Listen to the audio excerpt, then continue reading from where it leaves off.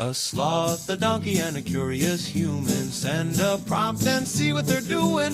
One hits record with a question on his mind. Two brothers pick it up, see what they find. Corn takes his time, Herman's got the facts. Back and forth, they never hold back. My weird prompts, come on in, that's where we begin. My weird prompts, glad you're here. This episode was generated using artificial intelligence. Please verify facts. Hey everyone, welcome back to another episode of My Weird Prompts. I am Korn, and I am sitting here in our living room in Jerusalem with my brother. It is March 6th, 2026, and the air is finally starting to feel like spring is around the corner. Herman Poppleberry, at your service. It is a beautiful day outside, but we're staying in to dive into some serious science. Usually, our housemate Daniel sends us these wild audio prompts to kick things off. But today, we actually took the reins ourselves because we stumbled upon a career path that is just too fascinating to ignore. That is right. We have been looking into some fascinating career trajectories lately, and one name kept popping up in the intersection of dental anatomy and sleep medicine. We are talking about Emet Schneiderman. Now, if you are wondering how a researcher moves from the comparative anatomy of primate mandibles to solving the massive human crisis of sleep apnea, you are in the right place. Professor Emet Schneiderman is a heavyweight at the Texas A&M College of Dentistry, which many people still know as the Baylor College of Dentistry. What is so interesting about him, Korn, is that his career is this perfect bridge between very dense basic laboratory research and the kind of clinical applications that actually help people stop snoring and start breathing at night. We are seeing a massive surge in clinical interest regarding dental morphology and respiratory health right now in 2026, and Schneiderman was really one of the architects of this movement. It is that classic pivot, right? You start by looking at the fundamental building blocks of how a face grows, and you end up solving one of the biggest health crises of the modern era. But before we get to the sleep stuff, we have to talk about how he started. He spent a huge portion of his early career looking at rhesus monkeys. And I have to be honest, Herman, rhesus monkeys make me incredibly uneasy. I know you have your reservations about primates, Korn, but we have to look at why they were necessary for his work. They are just so twitchy, Herman. Have you ever watched them?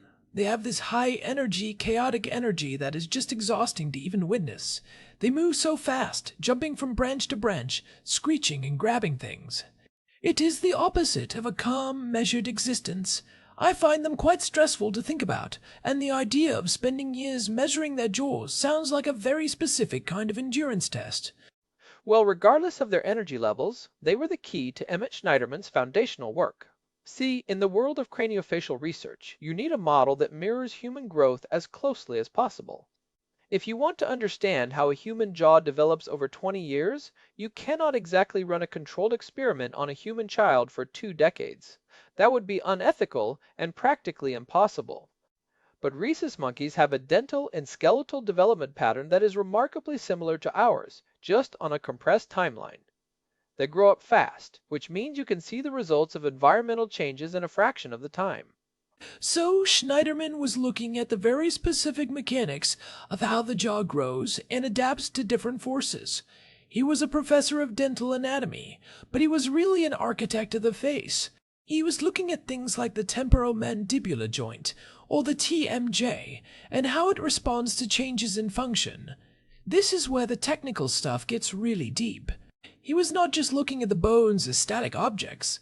He was looking at them as living, breathing structures that remodel themselves based on how they are used. One of the big questions in his early research was about the adaptability of the craniofacial complex. This is the heart of the nature versus nurture debate in dentistry. Are our faces destined to look a certain way because of our genes, or does the way we breathe and chew determine the shape of our jaws? Schneiderman used a technique called cephalometrics, which involves taking very precise X-ray measurements of the skull to track changes over time. In his monkey studies, they would often use tiny tantalum pins, basically little metal markers, implanted into the bone so they could track exactly how much a specific part of the jaw grew or shifted. That sounds incredibly meticulous. You are tracking microns of movement over months and years. And what he found was that the system is incredibly plastic. It responds to environmental input. If you change the way an animal uses its mouth, the bone actually reshapes itself. This is where he started to build the bridge towards sleep medicine. He realized that the structural relationship between the tongue, the soft palate, and the jaw is not static. If the jaw does not grow forward enough, or if it is held in a retracted position, the space for the airway is compromised. This is a crucial point for our listeners to understand. The rhesus monkey is the gold standard because their masticatory system, the muscles and bones we use to chew, functions almost exactly like ours. When Schneiderman was studying how these monkeys' jaws responded to different orthopedic forces, he was essentially learning the rules of human facial growth. He was seeing that if you move the mandible forward, the TMJ undergoes a remodeling process. The bone actually changes shape to accommodate the new position.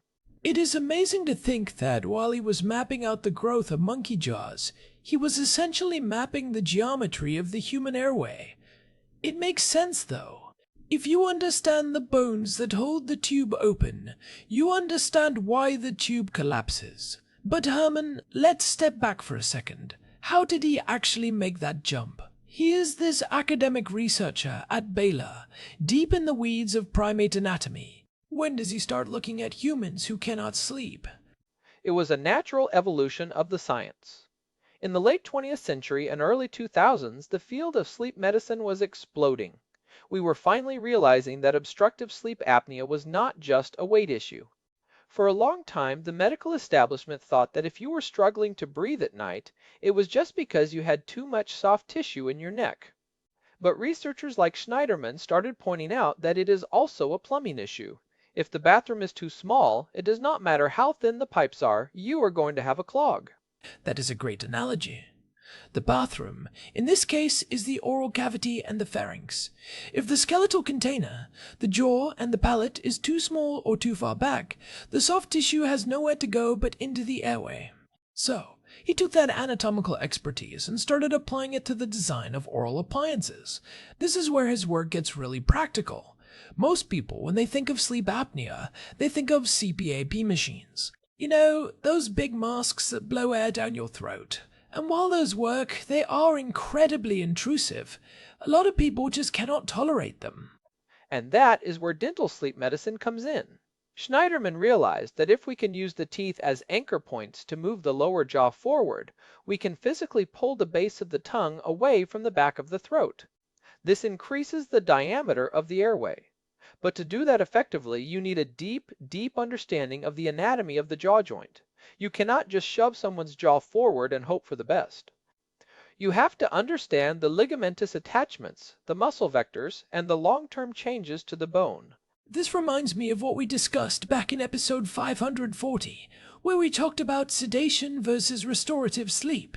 We were looking at the pharmacological side of things there, how drugs like Seroquel or Ambien might knock you out, but they do not actually give you quality sleep because they do not address the underlying mechanics. Schneiderman's work is the polar opposite of that. He is not trying to drug the brain into unconsciousness.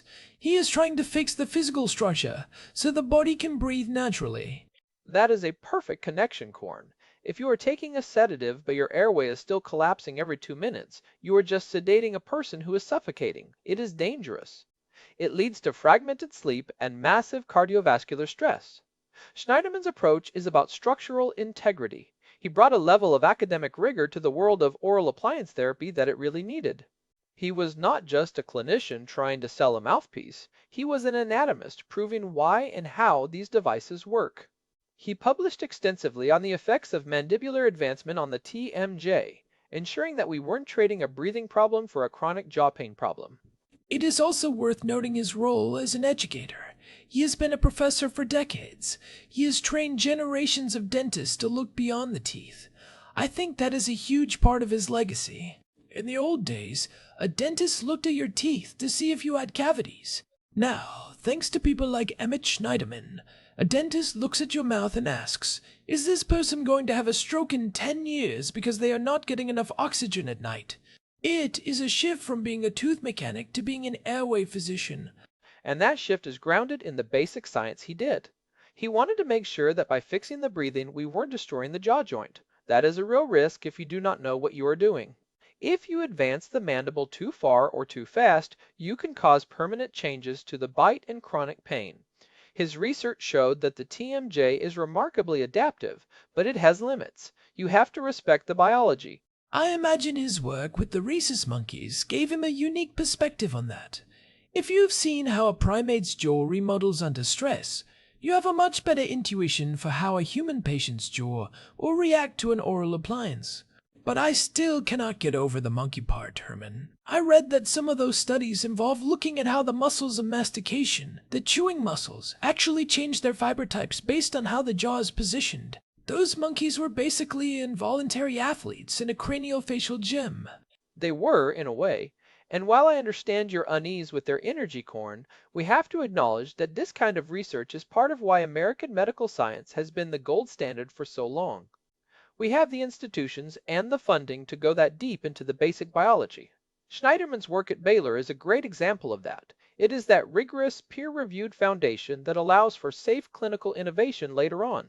Without those years of measuring monkey skulls, we wouldn't have the sophisticated oral appliances we have today. We wouldn't understand the risks or the benefits nearly as well. That is a fair point. It is a very pro-American model of progress, investing in the hard science first, so the technology that follows is actually safe and effective. It is funny, though, how we often ignore the structural side of health. We are so quick to look for a pill, as we discussed in episode 45 when we talked about tapering off sleep meds.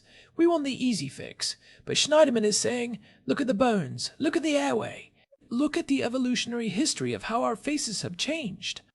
That evolutionary aspect is key. There is a whole school of thought now, which Schneiderman's work supports, that modern humans have smaller jaws than our ancestors because we eat soft, processed foods. We do not chew enough as children, so our jaws do not grow to their full potential. This leads to crowded teeth and, eventually, a crowded airway. By observing how rhesus monkey jaws grow under different conditions, we can see what we have lost in our modern environment. So, in a way, those rhesus monkeys were a stand-in for our more rugged ancestors. They provided a baseline for what normal craniofacial growth looks like when the environmental inputs are consistent. Schneiderman's expertise in dental anatomy allowed him to see the human face as a dynamic, changing structure. When he moved into sleep medicine, he brought that perspective with him. He was one of the early voices saying that we can use the plasticity of the human body to our advantage. Instead of just accepting a collapsed airway, we can use oral appliances to guide the jaw into a position that keeps the airway open. It is fascinating to see how his career came full circle.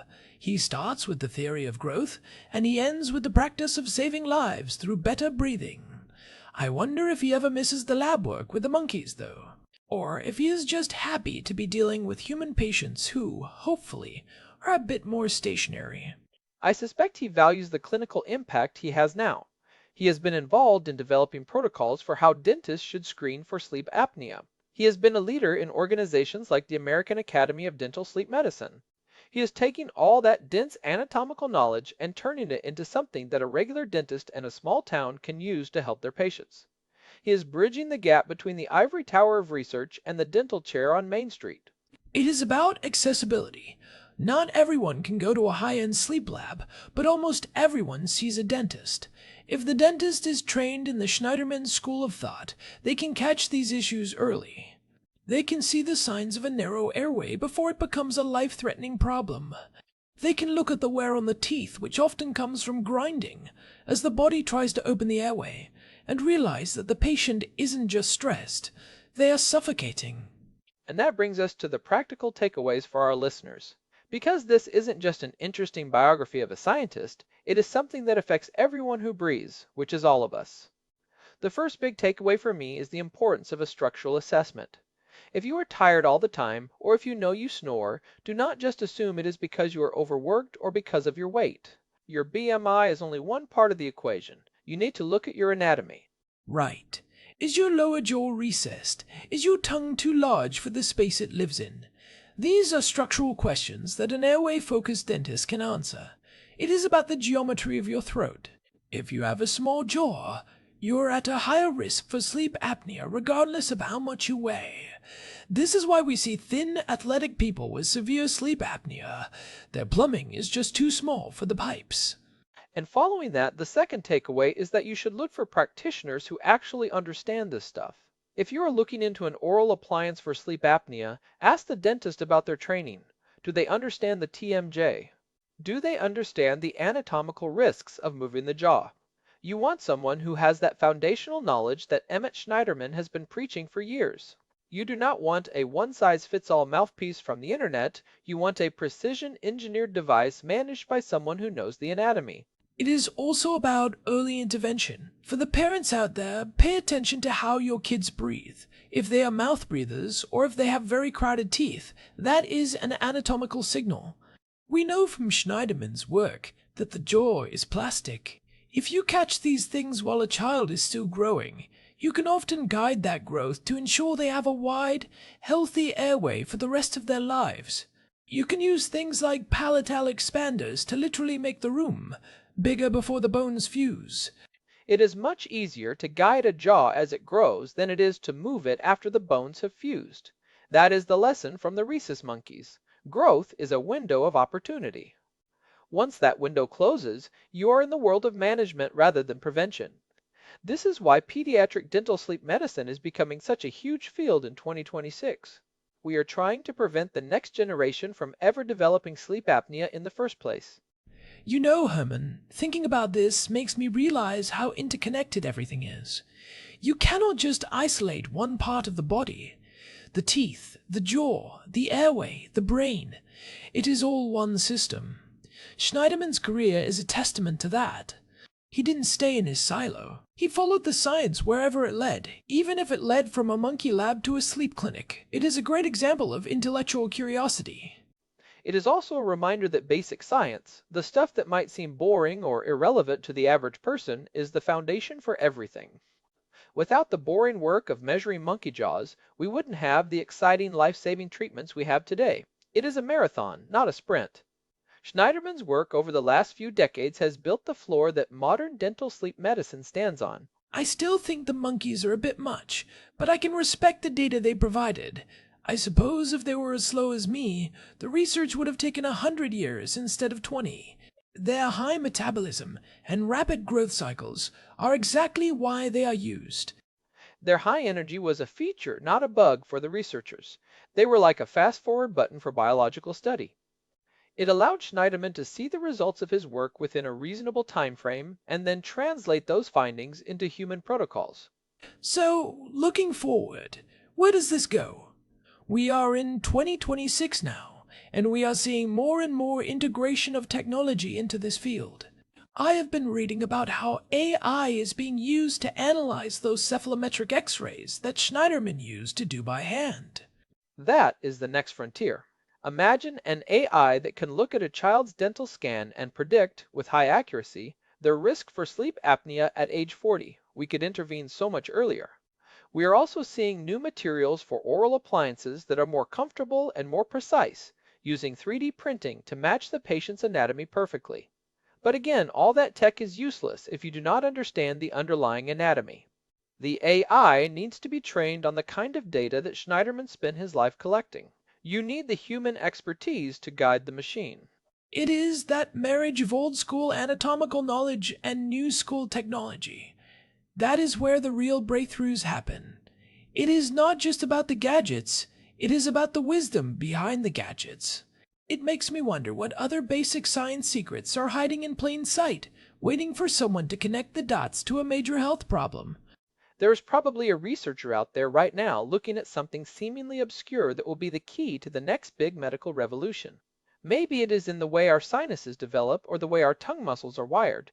The point is that we need people like Emet Schneiderman who are willing to go deep into the weeds and then have the vision to bring that knowledge into the clinic. Well said, Herman. It is a powerful story. He transformed himself from a professor of anatomy into a pioneer of a new medical specialty, and he did it by staying grounded in the facts. He never lost sight of the biological reality of the human body. That is something we try to do here on the show, too.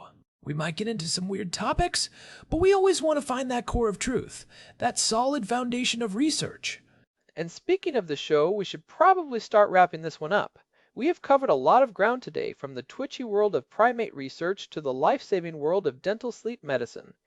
We have talked about the TMJ, the mechanics of the airway, and why your dentist might be the most important person on your sleep health team. It has been a journey. And if you've been following along on that journey with us for a while, we would really appreciate it if you could take a moment to leave us a review on your podcast app or on Spotify. It genuinely helps other people find the show, and it helps us keep bringing these deep dives to you. Yeah, it makes a huge difference. We are creeping up on 1,000 episodes, and it is the support from our listeners that keeps us going. You can always find our full archive at myweirdprompts.com, and there is a contact form there if you want to get in touch with us or suggest a topic. We love hearing from you. Even if you want to send us a prompt about something as stressful as monkeys, we will probably still cover it. Eventually. Just give me some warning next time so I can prepare myself mentally. I promise the next one will be about something much more sedentary. Maybe we can find a researcher who studies sloths. I think that would be more your speed, Corn. Now you are talking. That would be a pace I can get behind. Slow, deliberate, and definitely not twitchy. But in all seriousness, Emet Schneiderman's story is one we should all remember. It is about the value of deep expertise and the courage to apply that expertise in new ways. This has been my Weird Prompts. I am Herman Poppleberry. And I am Corn. We will talk to you next time. See you then. So, Hammond, be honest. Do you think you could handle a rhesus monkey as a pet?